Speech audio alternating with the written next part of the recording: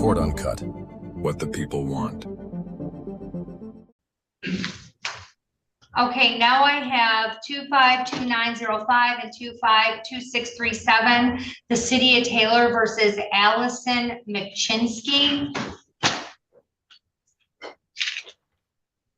Good afternoon, Your Honor. Attorney Morales on behalf of Allison Machinsky, who stands to my right. Ms. Machinsky, could you please state your name for the record? Allison Machinsky. Your Honor, today's the date and time for an arraignment, and at this time, the prosecutor is asking for additional time for discovery. All right. Did he give you a discovery order on it? He did not. Okay, we'll get one.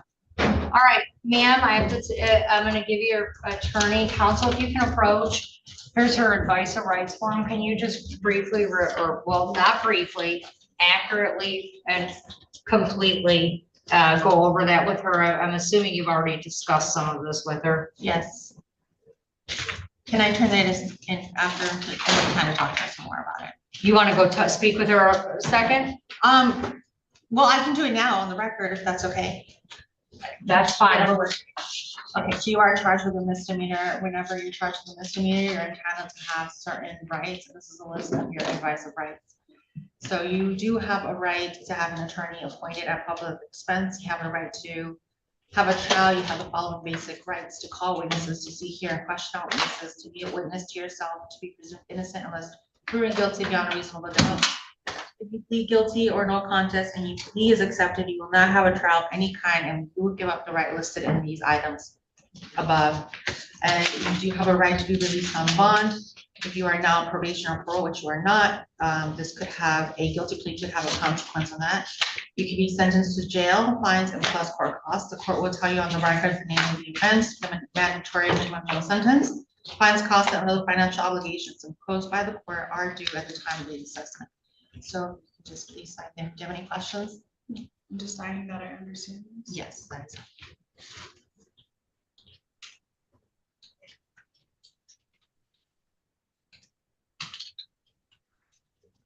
May I approach her? You may. Thank you.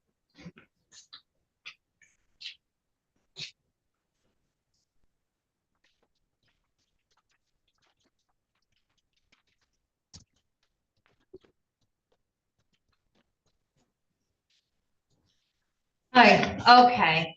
Ma'am, I'm going to enter a not guilty plea on your behalf for purposes of arraignment, and we will set these matters for another pretrial.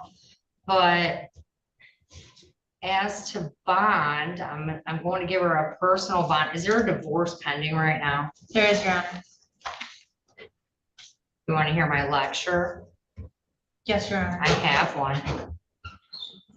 These are allegations, right? But you can choose to figure out a way to co-parent for like the benefit of the minor children, or you guys can act like fools for the next 18 or 15 years. The only one who you will harm are your children. If you two can't pretend to get along, you have to pretend. You don't have to like each other, but those kids better think you do. And if you can't pretend to do that, you are going to cause irreparable damage to kids. All you have to do is be the adult in the room. And I don't know how old your kids are. Are they little? You do not want these kids to feel like they have to pick between their parents. You do not want these kids to think that if they like the girlfriend, they're betraying their mother. You will create a lifetime of damage. They will have terrible adult relationships. They will, or you can figure it out. And I'm guessing you're not a bad mom, so you better figure it out. Because if you don't, you are only, I understand you're hurt. I understand all of this is going on, but the only person that is going to have, you'll get over it. You're grown. These kids will remember all of this for the rest of their life, right? And if you two can't figure it out, I feel bad for your children, because I'll see them at some point. because they'll end up in the system one way or another. Because they'll have domestic violences, or they'll have whatever, because kids do what their parents do. So pull it together. And I'm being frank with you. She got a $1,500 personal bond on both cases. These are your bond conditions. You're to appear in court as directed. You're not to leave the state without permission of the court. You're not to commit any new crimes while released. You're to immediately notify the court of change of address or phone number of counsel. Are you representing her on the family law matter? I am your honor. Is there an order or some sort of interim order relating to parenting time and custody? Yes, your honor. They are to follow that order. Follow the front of the court order. Was that order put in place Yes, your honor. before these allegations or after? After. Okay. Is there a meeting place, like a police department or something? No, there's just significant others are not allowed to be present in front of the children, and that seems to be working out perfect. Okay. Follow front of the court recommendation for parenting time transfers and parenting time. You can't have any contact at all with Cheyenne Shepherd. You can't go to where she lives, works, or goes to school. You're to have no contact of any kind.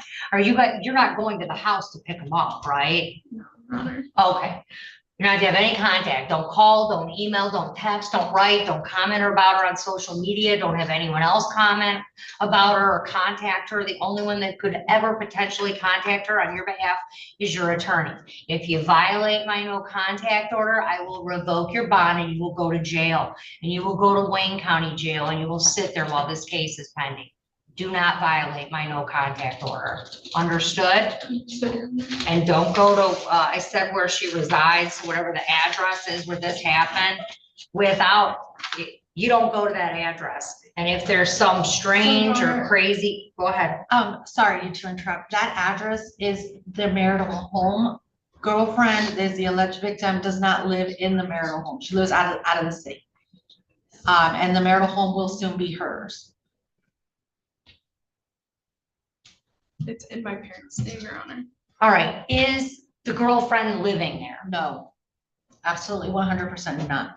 I mean, is he in the home right now? He is, but he is in the process of being evicted. Well, Home is in there- her name. Okay, how about this? Until legal proceedings declaring her the appropriate person, whether it's through landlord tenant law, family law, whatever, until that happens, you can't go there.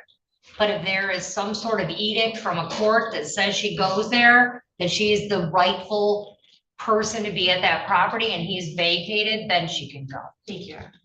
All right, we're all set. Do it for your kids, ma'am. Well, thank you, Your Honor. Have a wonderful day. Your Honor.